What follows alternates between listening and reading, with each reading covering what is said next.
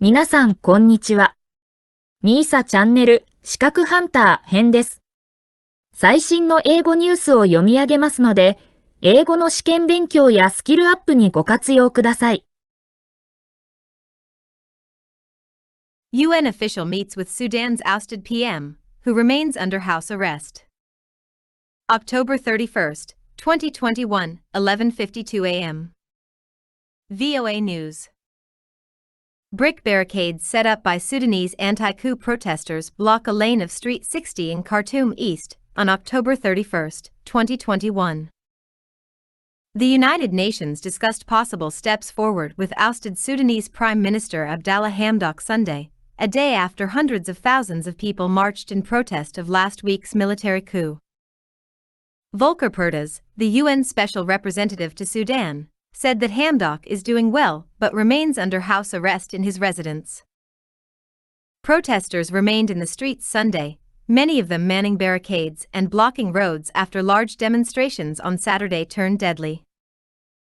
3 people were shot dead by security forces in Khartoum's sister city of Omdurman Saturday, bringing the number of civilians killed since last Monday's coup to 14.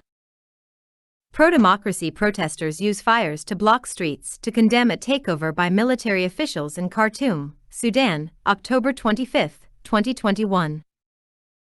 Despite some protests and roadblocks, Khartoum returned to relative quiet as strikes in various sectors continued in defiance of General Abdel Fattah Burhan's seizure of power and declaration of a state of emergency. The October 25 move dissolved a transitional government established in August 2019, after months of deadly protests following the ouster of longtime dictator Omar al-Bashir. Since then, the UN and United States have frozen aid to Sudan, a move likely to have a devastating impact on the country, which is already suffering an economic crisis. International condemnation of the military takeover and demands to restore the transitional government echo the calls of hundreds of thousands of protesters in Sudan. Images and video footage from Khartoum and other cities Saturday showed crowds carrying Sudanese flags and banners denouncing the military government. Chants and songs that were sung in 2019, when protesters demanded al-Bashir's ouster, have been revived in the latest demonstrations. Protests took place around the world as well, with thousands of Sudanese from across the United States marching through Washington Saturday. Direct link.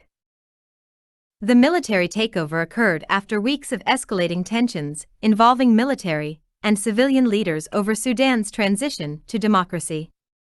But even after the landmark power-sharing agreement in 2019, in which Hamdok was named the country's leader, protests continued.